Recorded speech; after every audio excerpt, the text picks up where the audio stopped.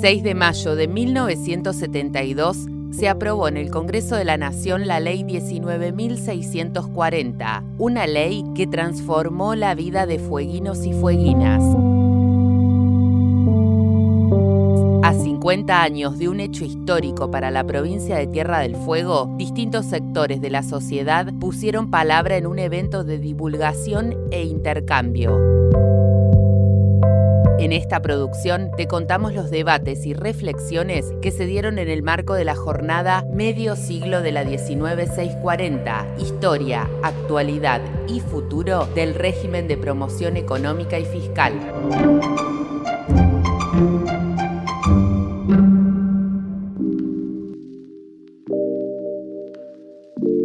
En la mesa denominada El desarrollo económico en el centro de la Ley 19.640, Comercio, Recursos Naturales e Industria, estuvo presente Emiliano Olmedo, subsecretario de Producción de la Secretaría de Desarrollo Productivo y PYME del Ministerio de Producción y Ambiente de la provincia, en el marco de la jornada de intercambio a 50 años de la Ley 19.640. El funcionario brindó detalles sobre los sectores productivos primarios que existen en la isla de Tierra del Fuego. Al respecto, dijo lo siguiente: la minería de turba, la agroganadería y el aprovechamiento forestal. Y todas tienen algo en común que, nada, si me sale bien la exposición y simplifico bien, se va a ir observando, y si no, usaremos algún recurso para llegar al objetivo de que tenga sentido esta exposición. Estos recursos productivos primarios, esos recursos naturales, son en la mayoría, o sobre todo en turba y la foresta industria, están regulados por el Estado provincial, desde que somos provincia, y antes, sobre todo lo que es el aprovechamiento forestal, por institutos nacionales.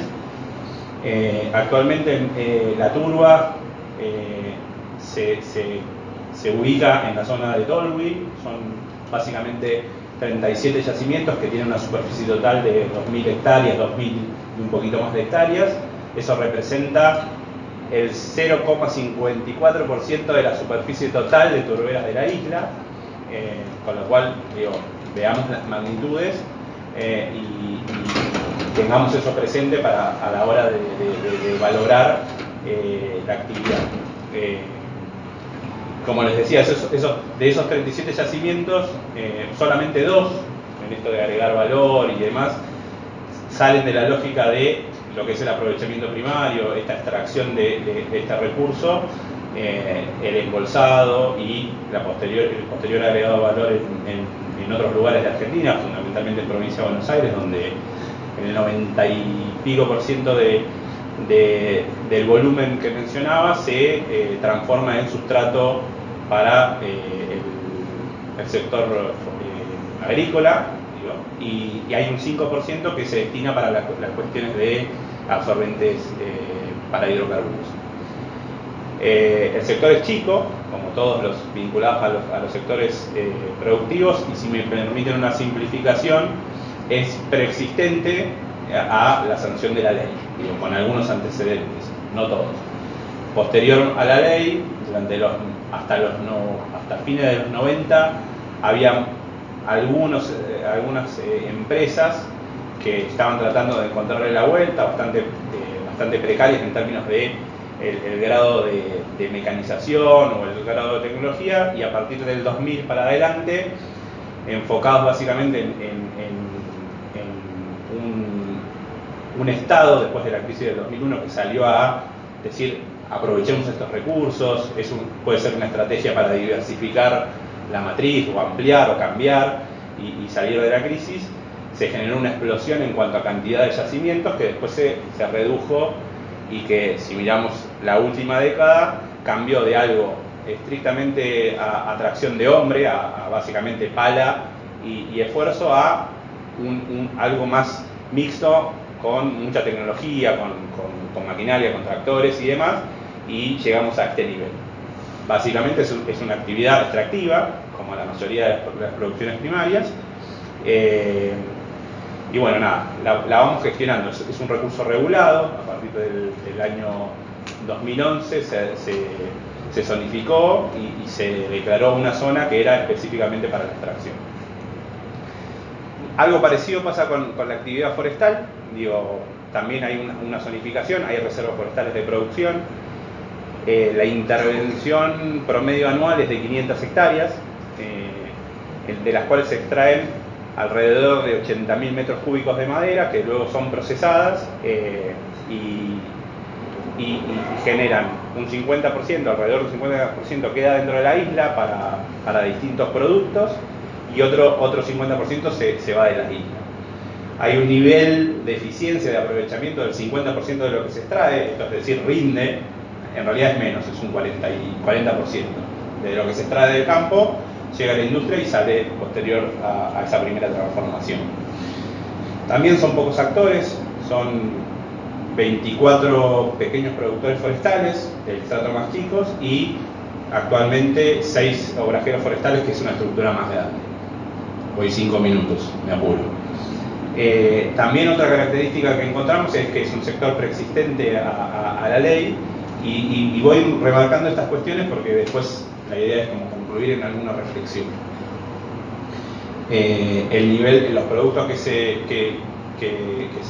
generan desde ese sector son tablas, tablones tirantes, pallet y recién ahora algo vinculado a la energía con pellets, que está en desarrollo.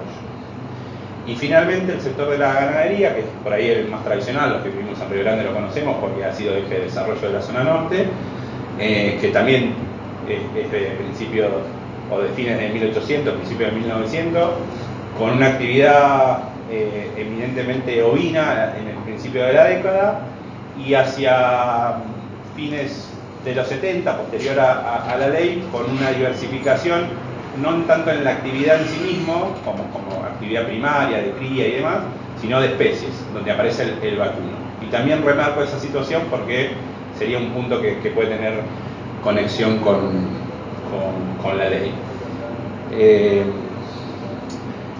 Tenemos actualmente 50.000 cabezas vacunas y 322.000 cabezas ovinas.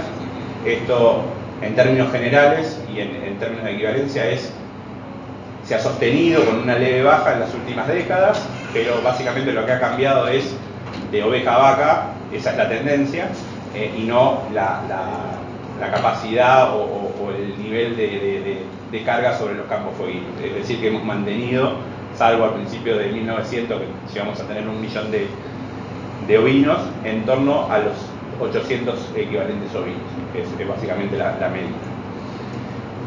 Esa ganadería alcanza para cubrir alrededor del 10% de lo que consumimos en Tierra del Fuego, el resto se importa, y el ovino alcanza para cubrir en corderos casi el 90% de lo que consumimos en la isla, si es que, o 90, 95, bastante importante si sumamos también el turismo.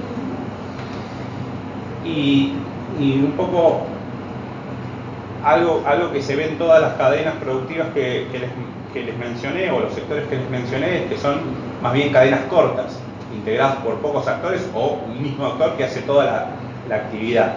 Y también remarco eso porque puede ser algo que, si pensamos la ley y pensamos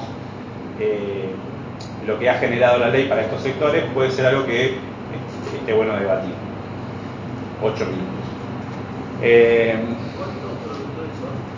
Vacunos, ovinos o ganaderos, 78, dependiendo si sumás uno u otro, y algunos ingresos y egresos, nada, pero alrededor de 78 es el número.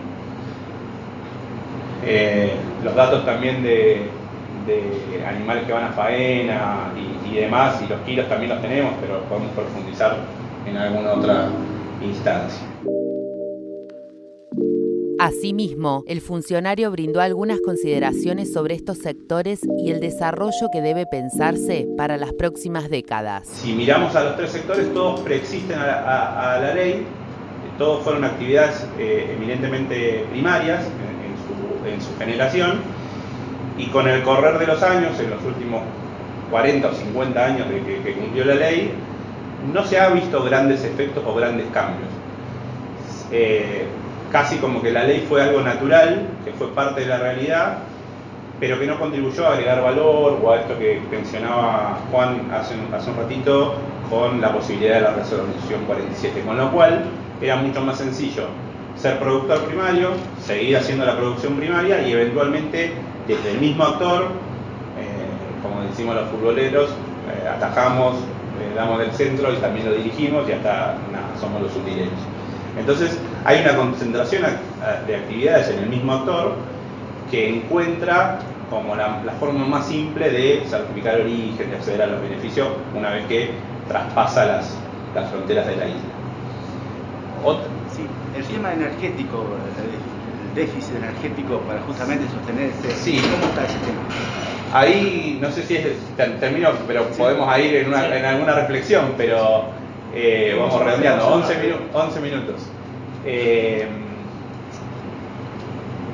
No, posiblemente en esto que es algo natural que existe en la ley, las cuestiones vinculadas a los recursos naturales y a los recursos primarios también están cruzadas por otras cuestiones, que son las posibilidades de ese recurso, que son las regulaciones que tenemos nosotros como provincia. Por ejemplo, en el 2002, la provincia decidió que no se podía sacar rollizos, ir a cortar un árbol y sacarlo, sino que había que darle una primera transformación. Y eso fue una decisión política, una decisión de toda la sociedad, porque había un conflicto de ahí de una empresa grande transnacional, y eso signó que sí o sí se tenga que agregar valor acá.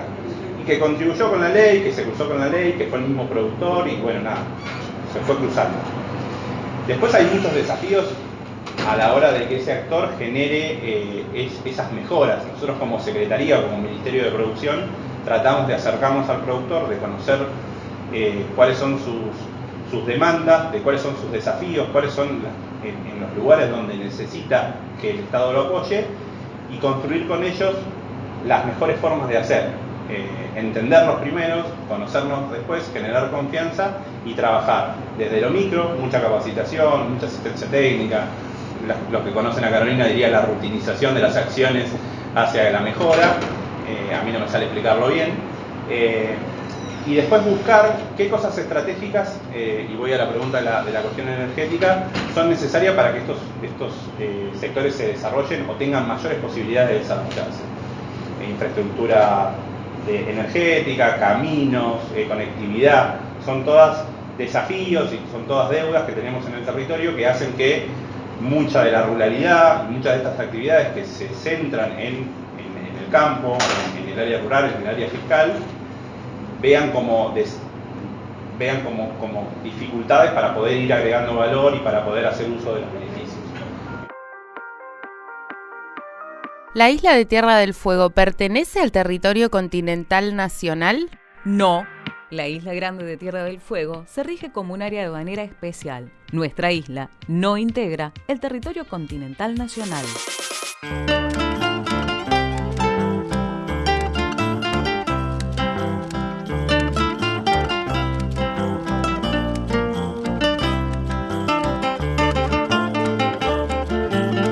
Traigo un canto de amor, de nieve y sol, de viento y aguacero.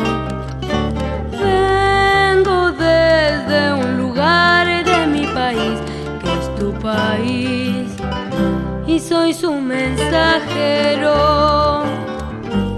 de donde brilla mejor la cruz del sur, faro de luz eterno.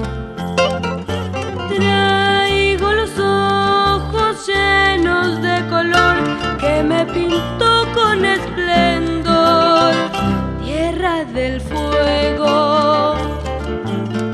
Traigo el sabor de miel a flor de piel del dulce calafate, un penetrante aroma del engal, del palpitar del gran turbal que late.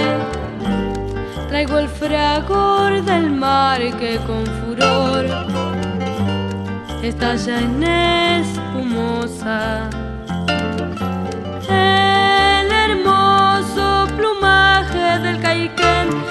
aletear de algún petrel y tantas cosas. Vengo de más allá, del sur, de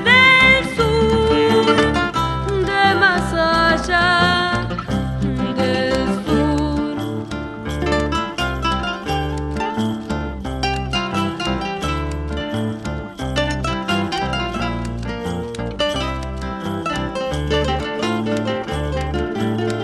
Llevo grabada en mí la imagen gris de un pescador chorrero.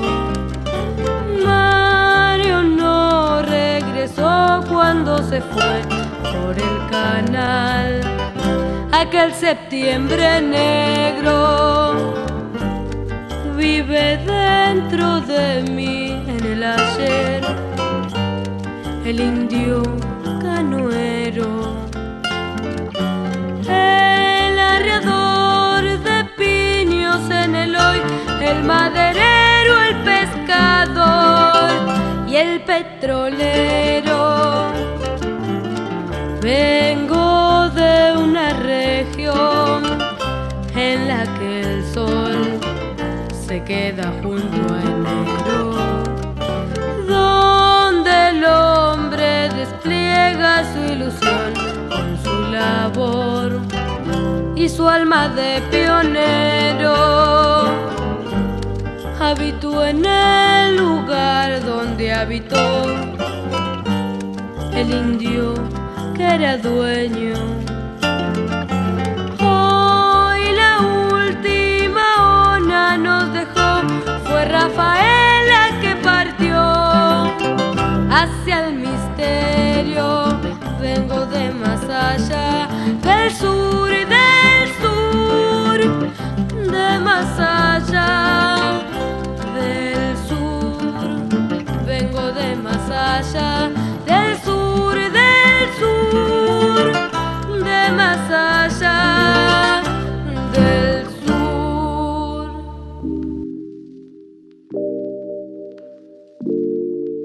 Federico Rayes, responsable de vinculación tecnológica de la Universidad Nacional de Tierra del Fuego, también estuvo presente en las jornadas Medio Siglo de la 19-640, Historia, Actualidad y Futuro del Régimen de Promoción Económica y Fiscal. Yo voy a tratar de por lo menos traer una breve reflexión sobre la articulación del sistema científico-tecnológico con el subrégimen industrial, o por lo menos una propuesta que del sistema universitario queremos acercar, que muchos comparten, sabemos, pero que es necesario impulsar y difundir y darle mucho espíritu. Insisto, la posibilidad de articular el sistema científico-tecnológico con nuestro subrégimen industrial, con el objeto de poder, digamos, acompañarlo. Sabemos que muchos de los que están acá sentados tienen esa forma de pensar, pero que en el transcurso de la historia del subrégimen no siempre ha estado presente esta visión, y parte de eso lo comentó Martín en la primera presentación, ¿no? Entonces me pareció muy interesante lo que él comentó sobre las discusiones desde el planteo teórico con el cual se analizaba el subrégimen industrial y el régimen en general, ¿no? La mayoría de los que nos acercamos al subrégimen, a la ley en general, pero al subrégimen en particular, nos topamos con esto, ¿no? Muchos sabrán seguramente, de hecho fue mi caso particular, vos te querés acercar a la ley 1940, tomá un bloque de 400 hojas para acercarse a comprender el subrégimen industrial, ¿no? Arrancamos entendiendo el subrégimen por esto, por la normativa, por cómo está articulado, por las normas de aduana, por las aperturas, los cierres, las generaciones de productos. De hecho, este cronograma que ustedes están viendo es una versión, si se quiere, actualizada del primer planteo que hizo Garófalo hace mucho tiempo en su libro En la Cafupime, en el 90 y pico, donde planteaba, ¿no?, las primeras radicaciones, la segunda generación, y bueno, es una versión ampliada que llega hasta el día de hoy. Está la resolución 57, o 47, perdón, que mencionaba recién Casco, y hasta el último tramo de la prórroga y la creación de la FAM, ¿no? Muchos nos acercamos a través de esto, que no está mal desde ya acercarlo, porque esto hay que conocerlo, hay que manejarlo, pero hay que tratar de llevar la discusión hacia otro plano, ¿no? Sacarnos de esta discusión. Obviamente en el ámbito académico esa discusión siempre estuvo, en los hacedores de política esa discusión siempre estuvo, pero en general las discusiones, no sé si escuchan, pasaban, digamos, por analizar la normativa y enroscarnos, digamos, en este tipo de cuestiones. Muchos de los que están acá sentados han tenido que cabecear varios de los centros que acá se están exponiendo. De hecho, no sé si saben quién es este. Varias cuestiones que tomaron Estado público, ataques en particulares que llegaron a su régimen y a la ley en general, desde muchos actores con distintos intereses, sobre todo a partir, como bien mencionaba Martín, a partir del 2007 para acá, desde ese último auge de la industria. Y también nos vimos nuevamente enroscados en este tipo de respuestas que fueron muy interesantes porque cómo encaró el Ministerio de la Producción de la provincia en aquel momento poder dar una respuesta. Las empresas también tuvieron sus actuaciones por su lado con sus propios lobbies empresarios. Nuevamente, nos quedamos en estas discusiones más generales o más amarillistas, si se quieren, y no logramos volver al núcleo de la cuestión de la discusión que tal vez es la que deberíamos plantear o la de la academia y la universidad estamos planteando abordar. Algunas respuestas, y yo justo ayer anoche estaba repasando algunos programas que se aplicaron. De alguna manera la respuesta institucional la tomó la provincia. De hecho, yo particularmente antes de estar recibido incluso participé de un proyecto en aquellas instancias donde íbamos a los colegios secundarios de la provincia, al Parque Plátano, en Berazategui, al Gran Rosario, como a tratar de divulgar la ley 1940, el régimen industrial, más allá de la propia norma, ¿no? Sino también de otros factores a analizar. Y tomo algunos programas que se llevaron también en respuesta articulada, sobre todo desde la Secretaría de Industria de la provincia, algunos que mencionó Martín: programa de sustitución de importaciones, análisis de la industria textil confeccionista, monitoreo permanente de la competitividad de los productos, análisis comparativo con la zona franca de Manaos, también muchos de los cuales yo he tenido posibilidad de participar, y estuve levantando un poquito las conclusiones que esos programas tenían, ¿no? Yendo a la última página, conclusiones que levantaban: lineamientos estratégicos de consolidación del sector, profundizar articulación de políticas, conformación de comisiones técnicas, establecimiento de vinculación con entidades promotoras, fortalecimiento de instituciones del sistema científico-tecnológico, análisis inteligente de nuevos procesos productivos, por levantar algunas cosas, ¿no? Profundizar nuevamente la articulación de políticas, puesta en marcha de un centro de desarrollo tecnológico en la provincia, análisis de factibilidades técnicas, ¿no? En el caso del análisis de Manaos, bueno, surgen cosas muy interesantes que ya en Manaos hace muchos años ya estaban haciendo y que nosotros, que en ese momento se pusieron el ojo, que también están relacionadas a la articulación científica tecnológica, al desarrollo al anclaje de programas en el territorio, de desarrollo de software, ¿no? Poder vincular y embeber también software en los productos tecnológicos que se están ofreciendo de la industria de Manaos, ¿no? Muchos temas que cuando uno los empieza a desagregar, inevitablemente comienza a saltar la necesidad de la articulación del sistema científico-tecnológico, la articulación de los gobiernos locales, la articulación de las capacidades de las universidades, de los centros de investigación y lógicamente de los gobiernos estaduales y también regionales, en el caso de Brasil, y también obviamente municipales en el caso de nuestro país, ¿no? Entonces siempre está de manera subyacente esa necesidad de esa articulación.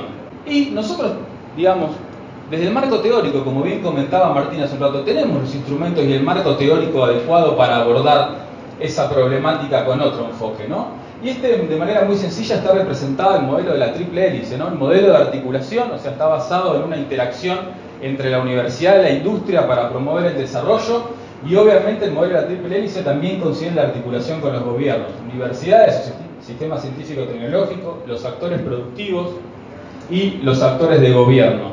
Nosotros tenemos esa lógica también en nuestro propio territorio, porque tenemos obviamente la participación de los gobiernos, la articulación de los gobiernos, las universidades en el territorio y otros actores del sistema científico-tecnológico local y el sistema de innovación local, y la industria fueguina, no solo la promocionada, sino toda la industria que bien estaban mencionando y repasando mis colegas anteriormente. Ni hablar si ampliamos esta hélice con la cuarta aspa de la hélice, donde también comenzamos a interpelar a la sociedad civil, a las organizaciones de la sociedad civil, como de hecho esto pasa.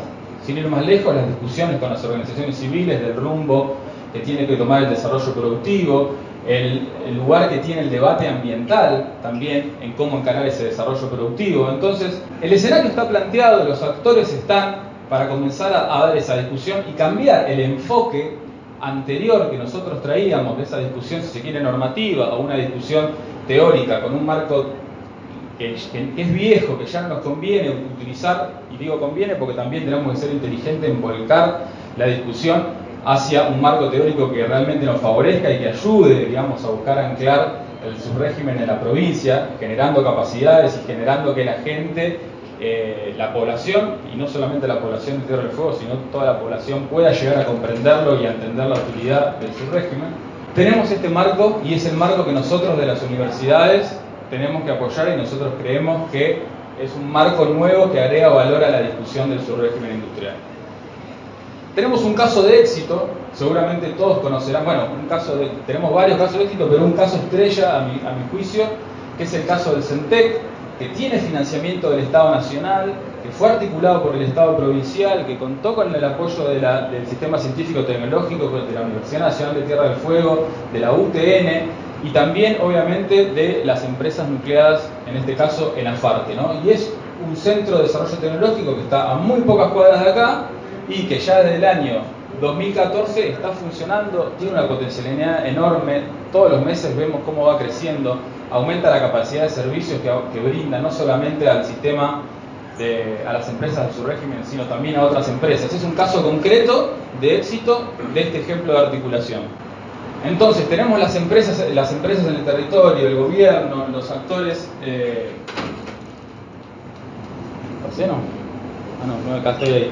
Los actores en juego, y tenemos además una nueva normativa que nos abre mucho el juego, la posibilidad de tener esos recursos y poder disponer de nuevos recursos en todo el sentido, no solamente económicos, para poder profundizar las acciones que creamos convenientes en el régimen industrial y además la diversificación de la matriz productiva que tanto estamos buscando.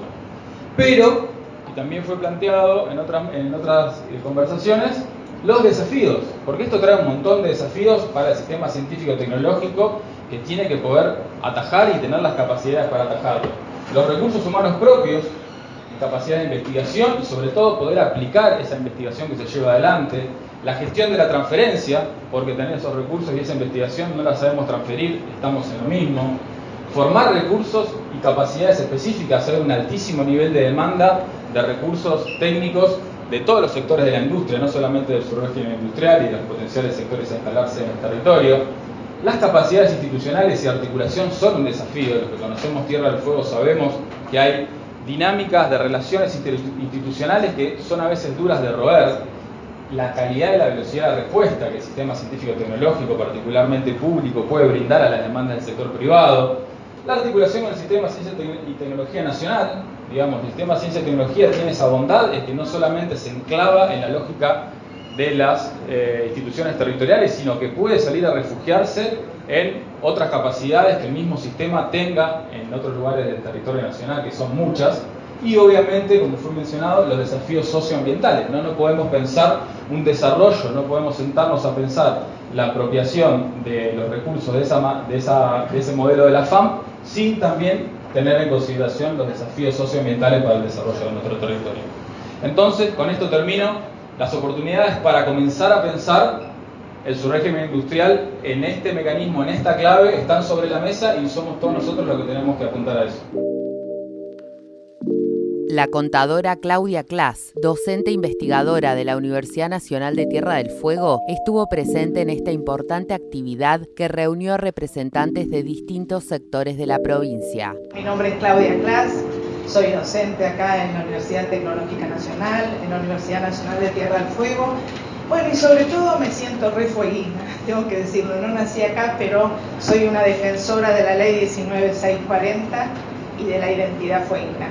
Agradezco que me hayan invitado acá a hablar un poquitito con ustedes. Sabiendo el tema que nos traen en esta jornada, yo les quería presentar algunas situaciones que nos lleven a pensar sobre redes para una transformación real y sostenible. Porque en realidad hablamos siempre de transformación, pero bueno, ¿es real? ¿Es sostenible? Bueno, vamos a pensar un poco entre todos. Creo que tenemos que plantear un buen escenario para comenzar a charlar. Cuando hablamos de los beneficios de la ley, Muchas veces nos han dicho de que somos un gasto, de que la ley en realidad es solo para los fueguinos. Si ustedes me preguntan, yo creo que es una ley para los argentinos y las argentinas, porque estamos hablando de un instrumento de soberanía, ¿no? Con un fundamento en una estrategia geopolítica. Creo que no podemos hablar de nada sin plantear eso. Así arrancamos, ¿no? Y me tomé un atrevimiento, que esto no tiene que ver mucho con mi presentación en sí, pero este es el presupuesto del Reino Unido para Malvinas del año 2022-2023. Y digo que me tomé un atrevimiento porque además lo pasé a pesos, como para impresionarlos. Y si después de ver este cuadrito alguien todavía sostiene de que Tierra del Fuego es un gasto, la verdad que tenemos que salir a defenderlo con toda la energía y toda la fuerza, ¿no? Y ahora sí vamos a hablar de empresas fueguinas. Mi especialidad es sobre las pymes, las MIPYMES. Mi especialidad y, digamos, mi debilidad. Una pregunta por los no se vio el presupuesto Malvinas. En realidad, si quieren, yo no me iba a poner a analizarlo, pero el gran número, estamos hablando de 13.400 millones de pesos. Un numerito, digamos, para que pensemos que el Reino Unido está gastando en Malvinas. Bueno, somos la provincia de Tierra del Fuego, Antártida, islas del Atlántico Sur. Bien. Por supuesto, el presupuesto está en salud, en educación, en transporte, en infraestructura, ¿no? Les decía que íbamos a hablar un poco de las empresas fueguinas y cómo hacer para que sean viables, porque realmente pasa el tiempo y vemos que muchas empresas nacen y mueren casi sin que nos enteremos. Entonces, preparé unos gráficos muy sencillos, no para analizarlos, simplemente para marcar tendencia, ¿no? Entonces tenemos ahí un gráfico de empresas de Tierra del Fuego por actividad. Estamos hablando del año 2019 porque no hay indicadores más actuales, pero bueno, por lo menos para que se ubiquen. El gran número de empresas están relacionadas con los servicios en Tierra del Fuego. Después sigue el comercio, después sigue la construcción, después sigue la industria. Y si las miramos por tamaño, el gran número son microempresas, o sea, las súper pequeñitas, esas a las que también les toca la ley 19640 y hacen grande nuestra provincia, ¿no? Entonces tenemos 313 empresas grandes, pero 1.500 y pico pequeñitas. Si miramos por tamaño, estamos hablando de un 13% de grandes empresas y un 87% de MIPYMES. Y, bueno, por supuesto, las MIPYMES son dadoras de puestos de trabajo, contribuyen para el desarrollo económico de nuestra provincia. Y si miramos, las grandes, por supuesto, dan mucho empleo, sobre todo las industrias, las medianas también, pero en la suma de medianas, pequeñas y micro, estamos hablando de casi la misma cantidad de puestos de trabajo. Si miramos la cantidad casi la misma cantidad de puestos de trabajo. Tenemos las MIPYMES, casi dan el 40% de los puestos de trabajo con respecto a las grandes, ¿no? Y como les planteaba hace un rato, la mayor parte está en los servicios, luego los puestos de trabajo están en la industria y continúa con el comercio. Bien, como dice ahí, el peso de las MIPYMES en la creación de los puestos de trabajo es esencial en nuestra provincia, ¿no? Y por eso quise mostrarles con un pequeño gráfico qué pasó en el año 2019 con respecto a apertura y cierre de empresas. La parte más oscura es la apertura, la parte más clara del gráfico, la parte celestita, digamos, son los cierres. Y esto fue lo que pasó desde 1996 hasta 2019, que como les decía es donde hay datos, y la tendencia fue entre 2014, 15 a 2019, muchos más cierres que aperturas. Nos quedamos sin puestos de trabajo, no es un dato menor. Relacionando todo, esto es lo que tenemos que evitar, ¿no? Para hacerlas sostenibles. Y acá entra el concepto de transformación digital. ¿Cómo hacer para que sean sostenibles? Las tenemos que acompañar, se tienen que transformar. Estamos en una época de cambio donde para ser competitivos hay que entrar en esta transformación. Y justamente tenemos que optimizar los procesos de producción, pero también hablar de gestión empresarial. Tenemos que hablar de la administración, la comercialización, todo lo que hace, todas las funciones que comprenden la actividad de una empresa. Y de esa forma recién empezar a hablar de competitividad. ¿Y qué pasa con las MIPYMES, que era lo que les decía que iba a hablar? Bueno, justamente son las empresas que tienen menos recursos y a su vez menos capacidades. Porque las podríamos analizar solo por los recursos y decir que les cuesta conseguir préstamos, que les cuesta tomar personal, porque justamente las empresas grandes pagan mejores sueldos y a las pequeñas les cuesta mucho entrar en el sistema de empleo, en el Sistema Nacional de Empleo y dar puestos de trabajo en blanco, digamos. O sea que tienen una complicación también con los recursos tecnológicos, porque a veces pueden conseguirlos, pero les cuesta mucho utilizarlos. Tienen problemas con la relación de cliente-proveedores por una cuestión de canales de comunicación, porque tienen sus redes sociales pero no las pueden atender, porque justamente no tienen el personal que las sostenga actualizadas y las mantenga. Entonces eso les termina jugando en contra porque tienen una página web, por ejemplo, abandonada. Tenemos recursos relacionados también con la cultura de las empresas. Las MIPYMES generalmente el rol central lo juega el empresario. Por eso muchas, cuando el empresario se enferma o tiene algún problema, desaparecen. Entonces, bueno, acá hay toda una cuestión también cultural de este tipo de empresas. Y acá es donde viene mi tema, que era plantearles, generar redes, como también decía Fede, no sé dónde está Fede, ahora lo perdí ahí. Tenemos todo como para ayudarlas. Yo creo que nos están faltando conectores. Creo que tenemos un escenario donde hay gobiernos comprometidos con políticas públicas que buscan realmente ayudar a las MIPYMES. Tenemos espacios donde se desarrolla actividad de innovación y tenemos empresas que están decididas a innovar. ¿Qué nos estaría faltando acá? Conectarnos justamente. Porque nosotros en la universidad estamos trabajando con una UTD, que es una unidad de transformación digital a través de un proyecto de Naciones Unidas, y estamos ayudando a las MIPYMES, pero lo que nos plantean es todo bárbaro. Yo me compro la computadora, compro el sistema. Después, ¿quién me lo instala? Después, ¿quién me ayuda a parametrizarlo y que funcione? Y además, vengo a todas las capacitaciones que ustedes nos dan. Y ahora, ¿qué hago si me suena la alarma y me dicen que me acaba de entrar un cheque en el banco y no tengo fondos? Entonces nos plantean todas esas situaciones que nosotros decimos, qué bárbaro, ¿no? ¿Cómo nos está faltando este acompañamiento cuerpo a cuerpo? Porque recién ahí uno empieza a visualizar la necesidad real de la MIPYME.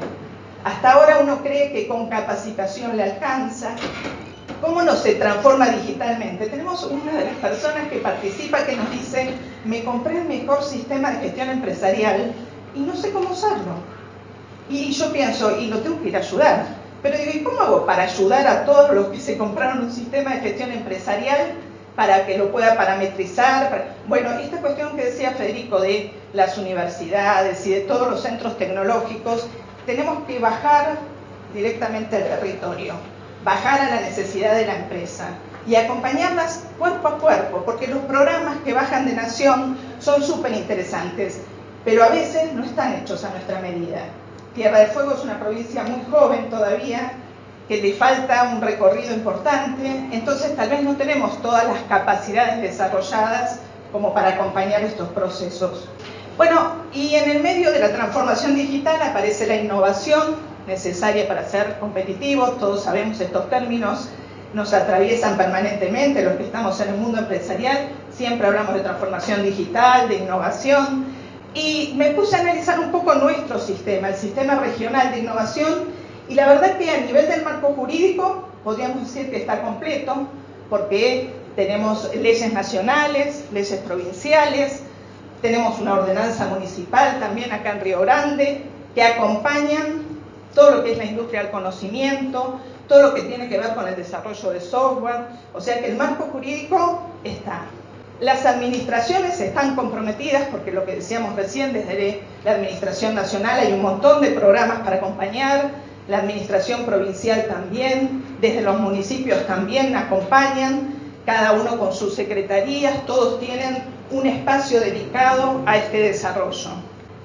También están los actores que participan de este sistema regional de innovación, el entorno científico, el entorno tecnológico, el productivo, el financiero.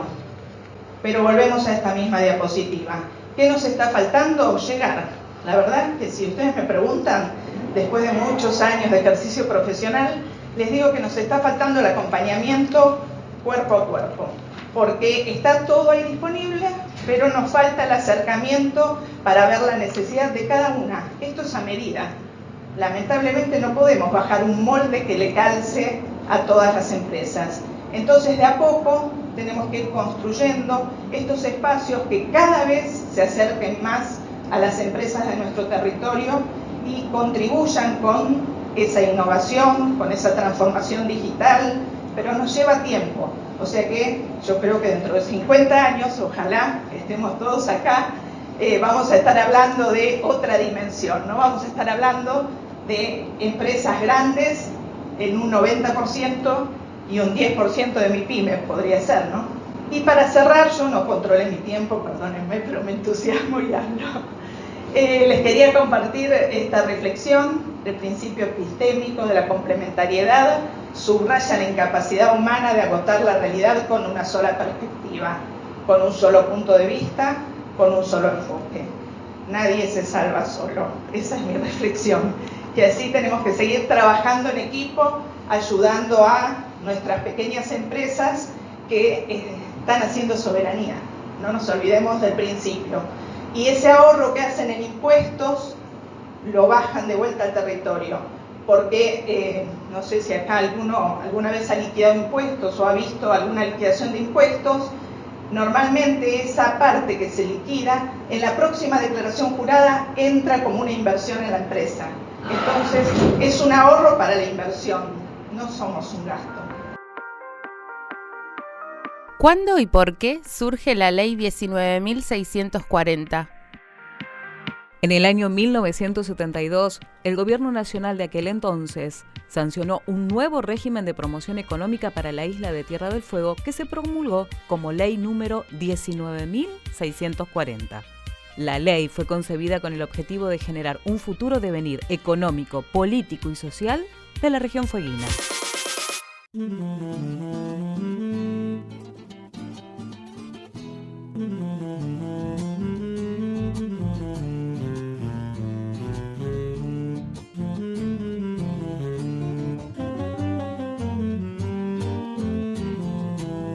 Soberana allá en el sur, cruzando al otro lado de los Andes, Ushuaia ciudad en sueño te está esperando para abrazarte.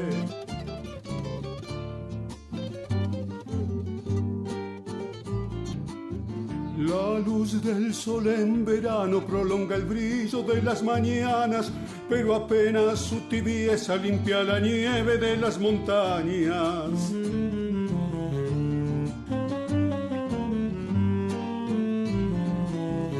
En invierno las nevadas cubren de blanco todas las huellas y nos da noches más largas para estar más tiempo con las estrellas. Pensar que escribir tu nombre, hay argentinos que no lo saben. Qué lindo que un día vinieran y con el alma te abracen. Por último, el contador Gabriel Clementino, representante de la Cámara de Comercio que nuclea a las y los responsables de la actividad comercial de la ciudad de Río Grande desde 1957, hizo uso de la palabra. Agradecido por la invitación a la Cámara de Comercio. El presidente José Luis Iglesias no pudo estar, seguramente lo hubiera estado mucho más profundo en algunos temas y tiene varias temas que quiero abordar. Uno, que es la que me pidió Gigi, tenemos 65 años de Cámara de Comercio. Aquí hay una pequeña reseña histórica que he tratado de poner así, pero cuando uno hace el PowerPoint en la computadora, después no es lo mismo acá. Queríamos referenciar lo que era el comercio. 1898 vino el primer almacén acá, el Cañón. El señor se llamaba Soldani y era el juez de paz de San Sebastián. Vino acá a poner un almacén. Después apareció Francisco Ibarra con el precio fijo. Luego vino Don Van Aken, Susik, algunos lo hemos conocido, Don Van Aken, Alejandro Lasprol y el tropezón, Raful, que es el padre de una colega nuestra, de Gaby, y Antonio Roque también abrió en comercio, en carnicería, mercado, y empezó la competencia, ¿no? Es de acá, ¿no? Entonces, ¿qué tenía? Tenía 3 hoteles y 3 almacenes el pueblo. Y tenía el gran público que era las estancias, los peones. Y esto tiene que ver con ese incipiente Río Grande, ¿no? En 1957 entonces se torna más identidad política, administrativa, pero no había participación popular. Empezaron los presupuestos propios, la zona franca, el paralelo y toda la promoción que hubo desde el punto de vista aduanero. Empieza a haber un cambio de vida de la gente, después empieza el gas, la explotación petrolera, y ahí es donde nacimos nosotros en 1957 como la primera fuerza viva de la ciudad, que éramos de los pocos lugares donde se debatía. Imaginémonos, estábamos después de la Revolución de Libertadores, entonces había y aparte era un territorio, digamos, militar del Ministerio de Defensa. Así que, y así todo se debatía en el comercio, siempre debatimos. Nos toca hacer, ¿qué debatíamos? ¿Qué empezamos a debatir? Temas tributarios, aduaneros, control de policía municipal, financiamiento, y ahí quiero hacer un punto, porque miembros de la Cámara de Comercio fueron los que dieron el puntapié también de acá y de Ushuaia al Banco del Territorio, y empezar a hablar del financiamiento y de los servicios financieros a la gente, los modelos de desarrollo, empezar a discutir esto. Y empezar a pensar esto que después vino, el transporte, la logística, el abastecimiento, el control de precios, el tema de los salarios, las discusiones gremiales. Estamos hablando de una época, 65 años atrás. Y la inserción también de los actores comerciales en la vida social, en la vida administrativa, en la vida pública, algunos bien, otros no tan bien, como siempre pasa en estas casas. Y acá también viene el tema del régimen. Y muchas de las ideas que se plantearon ahí en el régimen, en la década del 70, en lo que fue la sanción, son de actores de la Cámara de Comercio, tanto de acá como de Ushuaia. Tenemos que recordar a Ramón Trejo, tenemos que recordar también, o sea, gente como Preto, como Viaña, como distintos actores que han ido generando la idea de pensar esto desde el punto de vista estratégico, geopolítico, utilizando, digamos, las ventajas que daba un tema geopolítico para buscar desarrollo donde era muy difícil desarrollar. Fue muy hoy desarrollado el tema y entonces buscando esa defensa y esa gestión permanente. Y ahí, bueno, el acompañamiento, el rol aglutinador que tenemos también de la pequeña y mediana comercio. Es muy interesante lo que planteaste hoy de las pymes, sobre la cantidad de gente que ocupa, sobre el nivel de inversión y sobre los problemas que tiene la pyme también. Yo tengo una pyme y uno de los grandes problemas de las pymes, y más acá, es a veces cómo se va pensando a futuro, cómo va a seguir esta pyme más allá de la generación familiar, ¿no? Que es otro de los temas que tienen, uno de los grandes problemas que tienen las pymes. Entonces, la defensa y la promoción, que también la hacemos en CAME, que tenemos los problemas que tenemos porque nos plantean, CAME es la que nos aglutina a nivel nacional, igual que la Cámara Argentina de Comercio, y estas presiones y estos intereses también los confrontamos nosotros, como también a los temas legislativos, los medios nacionales, y creo que eso en algún momento también lo tenemos que pensar acá. ¿Cuáles son los mecanismos de defensa y también de ataque, y de también poner sobre la mesa todas las cuestiones que hemos planteado acá sobre estas ventajas comparativas? Porque también, esto lo decía Rolfi hoy, ¿qué pasaría si tendrían que importar a Argentina todo lo que nosotros producimos acá? Sabemos cuáles son los problemas y tenemos que resolucionarlos, sabíamos. Y lo sabemos que tenemos problemas logísticos, de costos, pero hay un tema también muy importante que también, hoy yo se lo pregunté a Rolfi porque él hizo un desarrollo, y lo voy a hacer expresamente porque él lo tenía mejor desarrollado que yo, que es el gran derramamiento salarial que tiene la 19640 en lo que es la ventaja comparativa desde el punto de vista comercial, que se trasluce en convenios colectivos de trabajo y se traduce en otra cosa que vos dijiste que es muy importante, en inversión. En la otra parte lo voy a poner a ese tema que es importante.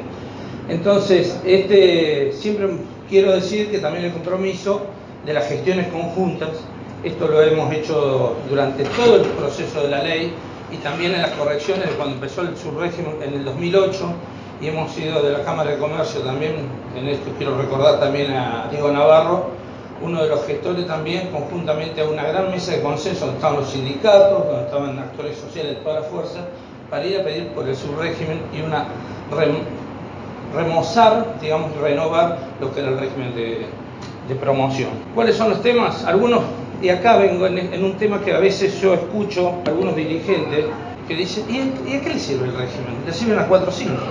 Pero esto se ha planteado también. Y además, lo han ido a plantear a Buenos Aires algunos. Pero el tema no es criticar esa visión, sino decir, tratar de comunicar a qué sirve. Bueno, desde el punto de vista geopolítico, como eso planteó, el desarrollo poblacional, el efecto de derrame a través de los salarios, porque es verdad que lo que hay 30, 40, 50, en algunos casos hasta 100% de zona que va a los salarios y hay un poder adquisitivo que cambia. ¿Por qué? Porque acá también es mucho más difícil vivir y es justificado que así sea. Y en un tema que vos dijiste, que es el tema de inversión. La pyme invierte lo que tiene. Me falta una máquina, la tengo que cambiar, la invierto. Tengo que poner, no sé, un furgón nuevo, lo tengo que comprar. Estamos hablando de las pymes. Y hoy, acá en Tierra del Fuego, uno ve el nivel de inversión que hay. En el país, el nivel de desinversión de los últimos 15 años ha sido catastrófico. Ha sido muy fuerte. Y de la poca generación de empleo. En Tierra del Fuego no pasa eso. ¿Por qué también? Porque tenemos un nivel de actividad laboral blanqueada y regulada, que no pasa en el resto del país. El nivel de trabajo en negro que hay en el resto del país, en Tierra del Fuego no está. Y también hay un blanqueo fiscal, sí, que conviene tener un nivel blanqueado desde el punto de vista impositivo, pero que también tiene un efecto muy positivo en las finanzas. Ustedes piensen que si acá habría nivel de evasión, ¿cómo repercutiría esto en las finanzas provinciales también y en las finanzas municipales? Eso es muy importante tenerlo. El nivel de inversión, de generación de empleo, de blanqueo tributario y de inversión es muy alto comparado y en un nivel de avance muy sostenido cuando hay actividad. Este tema de lo que pasó 2015 o anterior al 2015 ya empezó a caer la actividad y al 2019 nos plantea, digamos, que el nivel de recuperación que tiene Tierra del Fuego fue mucho más grande el rebote de lo que fue el resto del país. Y esto se ve, digamos, también a través de las políticas públicas. El nivel de actividad, buena inversión, comercial, servicios, la capacidad tecnológica instalada. Acá no hay que denostar, no hay que subestimar lo que tenemos instalado desde hace 30 años. Y es muy fuerte, y otros polos industriales nos quisieran tener lo que tenemos nosotros acá, más lo que el anterior... ¿cómo se llama? De la universidad que planteó el tema tecnológico, Rayes, que ha sido, la verdad, es un tema a explorar, y el acceso, y es una realidad, a bienes de alta renta en forma masiva como tenemos Tierra del Fuego. Que no es un tema, un privilegio, es un tema que viene desde hace 50 años, y no hay que dejarlo de lado. Y ahora, a ver, el tema del subrégimen. Hemos planteado la necesidad de la prórroga, lo venimos planteando. Disculpen, David, yo soy el tío que va a venir al casamiento y te va a decir que no la veo bien pintada la novia. Pero bueno, la maquillamos un poco y vamos para adelante. Tenemos que maquillarla entre todavía. Y es así. El tema del subrégimen, porque un compañero mío de la cámara dice, ¿vas a ir al casamiento a hablarme a la novia? No, le voy a decir que la vamos a maquillar mejor. Este tema del subrégimen lo venimos planteando antes que venza, de la necesidad de la prórroga, de buscar consenso, de buscar un trabajo, influir en Buenos Aires como una cuestión centralista que exceda cualquier tinte político, y esto en algunos aspectos, algunos con más, otros con menos. Y buscar las posibilidades, digamos, de generar estas alternativas que habían planteado. Entonces, vemos que también desde el punto de vista positivo de la responsabilidad empresaria, y esto también lo hemos estado escuchando también en nuestros dirigentes, hay que cambiar alguna letra del decreto, hay que modificar, hay que influir, hay que ver qué podemos cambiar. Es difícil a veces, pero viste que los actores políticos van cambiando y te va generando alguna esperanza, ¿no? Que pueda haber alguna posibilidad de hacer algunos cambios. Temas que tenemos que ver. 1.000 personas a 1.200 personas del sector textil que quedarían excluidos. y tenemos que influenciar ahí y trabajar para corregir seguramente cuestiones que tiene el sector textil, porque los tiene, como también lo tiene el sector industrial, el sector del plástico, y bueno, hay que trabajar para resolver estos problemas. El plazo para la incorporación de los proyectos hasta el 31 del 12 del 2023 es un tema que genera cierta confusión, genera una frontera que la verdad sería bueno plantearlo, porque después vamos a estar 15 años o 12 años y queremos saber cuál es el nivel de renovación de los proyectos que va a haber y no tener rezagos industriales. Siempre se ha generado, digamos, cambios en los proyectos que había, pero el tema de la frontera del 31 del 12 de 2023 nos plantea un cierto preocupación. Procedimiento de aprobación de nuevos proyectos a través de dictámenes de varias áreas, ministerios, Secretaría de Tecnología, dictámenes que nos pueden hacer un camino bastante espinoso para la aprobación de nuevos proyectos. La modificación del régimen general dejando beneficios en el caso de autos y montos no y motos, que serían, digamos, lo de alta gama, pero que más allá de eso nosotros lo vemos como un riesgo desde el punto de vista jurídico, generando, digamos, a través del subrégimen industrial y de promoción del subrégimen industrial, ir sobre el régimen general de consumo. Temas que tenemos que abordarlo o por lo menos estar muy atentos a esto. Lo voy a decir, la exclusión de las cámaras de comercio. Nosotros hemos siempre participado desde el área de honor especial, tanto Ushuaia como Río Grande, y en la actividad, digamos, del área de honor especial, con más o con menos participación, en el sentido de decir qué tan vinculante era la opinión o qué tan menos vinculante. Hay que trabajar para... Nosotros vamos a seguir reclamando estar adentro del área de honor especial, porque creemos que las pymes tienen que estar adentro y nosotros somos los que los representamos. La creación del fondo, acá viene el decreto 725 sobre el fondo, con la recaudación del 15% del IVA desgravado. Esto es una cifra aproximadamente del 25 al 28% de lo que recibe la provincia en coparticipación en forma anual. Este monto.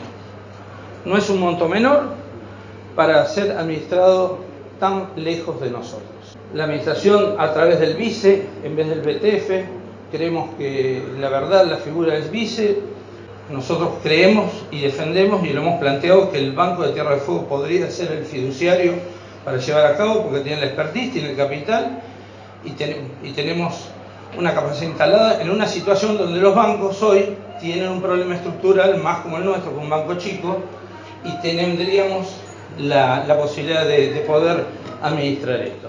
La conformación del directorio con 3 directorios ejecutivos del Gobierno Nacional. Es necesario la participación de un representante, por lo menos del Gobierno provincial. Necesitamos que este monto, este fondo, tengamos participación en la definición del destino de esta plata. Los recursos de los fondos no aplicados podrán ser invertidos en instrumentos financieros en cuentas remuneradas del país, en la adquisición de títulos públicos o valores locales o internacionales, en vez del desarrollo de la provincia de Tierra del Fuego. Este tema no es menor y la verdad